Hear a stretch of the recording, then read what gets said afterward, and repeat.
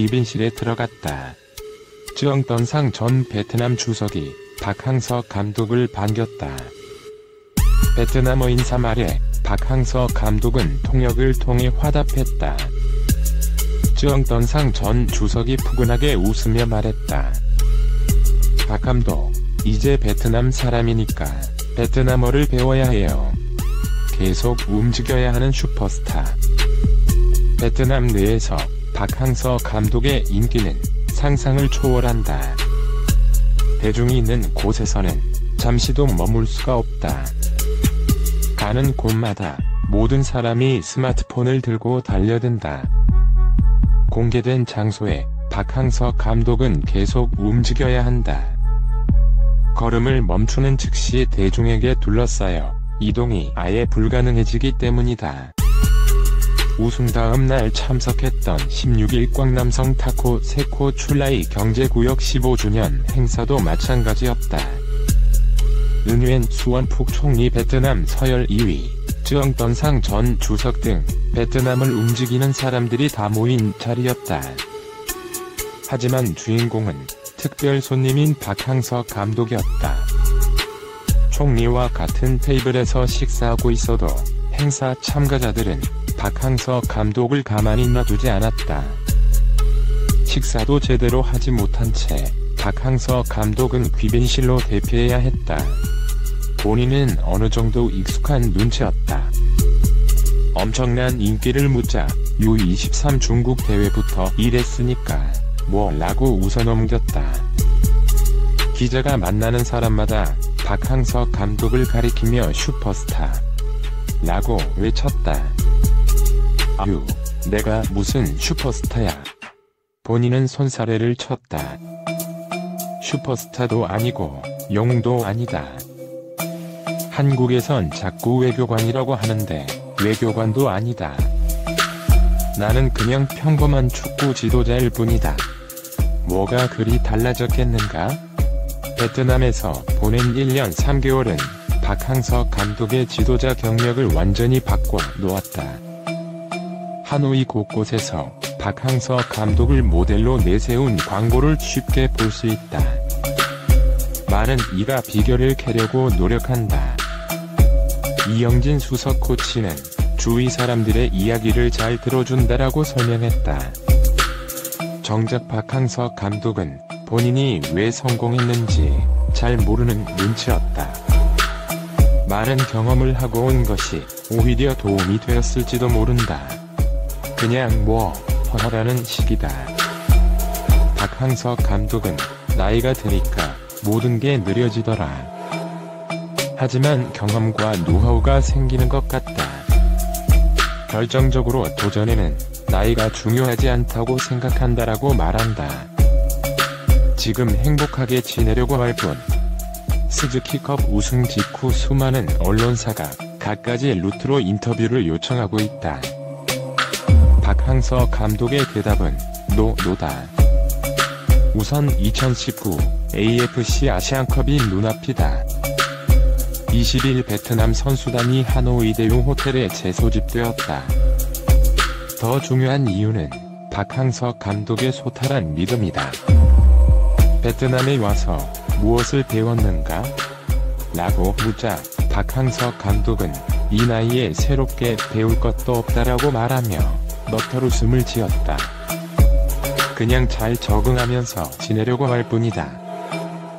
내가 축구를 하면 얼마나 더 하겠는가? 먼 미래를 바라보면서 큰 꿈을 꿀 나이도 아니다. 언제 물러날지도 모르는 일이다. 지금 행복하게 지내려고 노력한다. 지금으로서는 그렇게 돼도 베트남에 왔다 갔다 할 것 같지만 앞으로 어떻게 될지는 아무도 모른다. 이런 모습이 박항서 감독을 상징한다. 그의 입에서는 언론이 동원하는 각종 수사에 걸맞은 표현이 나오지 않는다. 베트남에 왜 왔는가? 라는 물음에도 박항서 감독은 나를 불러주는 곳이 있으면 도전하는 거다.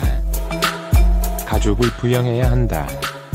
축구밖에 할 게 없고 먹고 살려고 하는 것 아닌가라고 대답했다.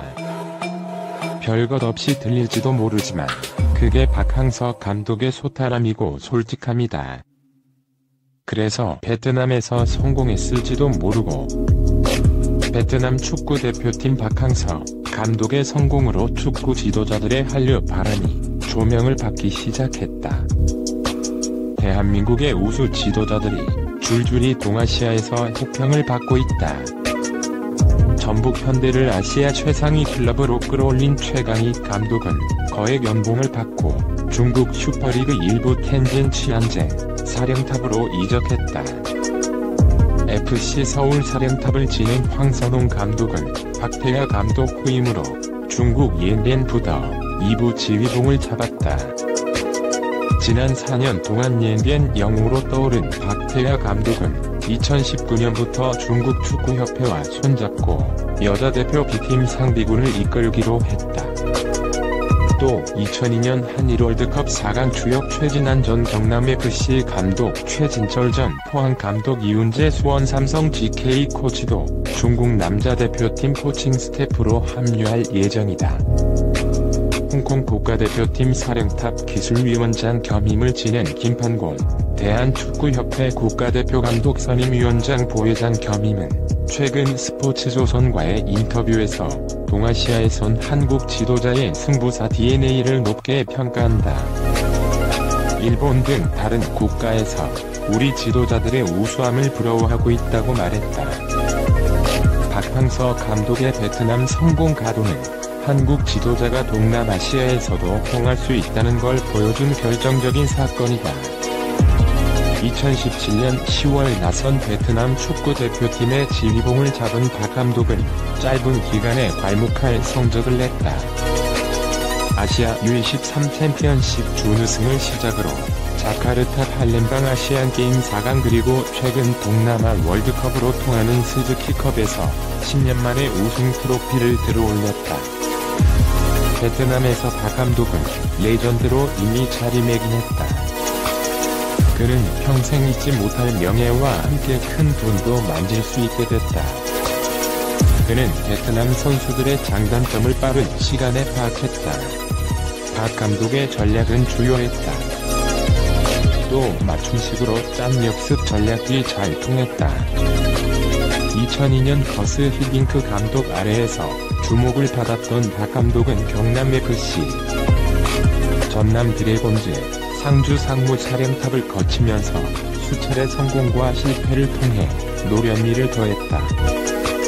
전문가들은 박 감독이 베트남 선수들로부터 인정받고 있다는 게 좋은 성적으로 나타나고 있다면서 아버지의 리더십이 베트남 선수들과 절묘한 조화를 이뤄냈다고 평가했다. 박 감독의 성공 이후 베트남은 물론 말레이시아 등 동남아시아 국가에서 한국 지도자에 대한 러브콜이 늘어날 수 있다는 전망까지도 나오고 있다. 중국 축구계에선 한류가 지속되고 있다. 국가대표 수비수 김영권, 광저우 헝다, 권경원, 텐진 취안젠 등 선수들이 먼저 중국 슈퍼리그에서 정착했다. 지도자로선 충칭의 별이장수 감독 전 서울 감독이 큰 획을 그었다. 그 후 주춤했던 한국 지도자들이 최근 다시 주목을 받고 있다. 박태하 감독이 2015년부터 올해까지 4년 동안 옌비엔 구단을 이끌었다. 만년 2부 팀을 일부로 끌어올렸고 쉽게 지지 않는 끈기의 팀으로 변모시켰다. 그 여세를 몰아 박 감독이 중국 여자대표팀으로 자리를 옮겼고 옌비엔 구단 경영진은 다시 한국 대표팀 공격수의 계보를 잇는 황선홍 감독을 영입해 지휘봉을 맡겼다. 중국 슈퍼리그의 정통한 한 관계자는 중국 옌비엔은 조선족 자치구로 한국인 지도자에 대한 특별한 애정을 갖고 있다. 박태하 감독이 좋은 인상을 남겼고 또 황선홍 감독의 지도력과 경력을 높게 평가했다고 말했다.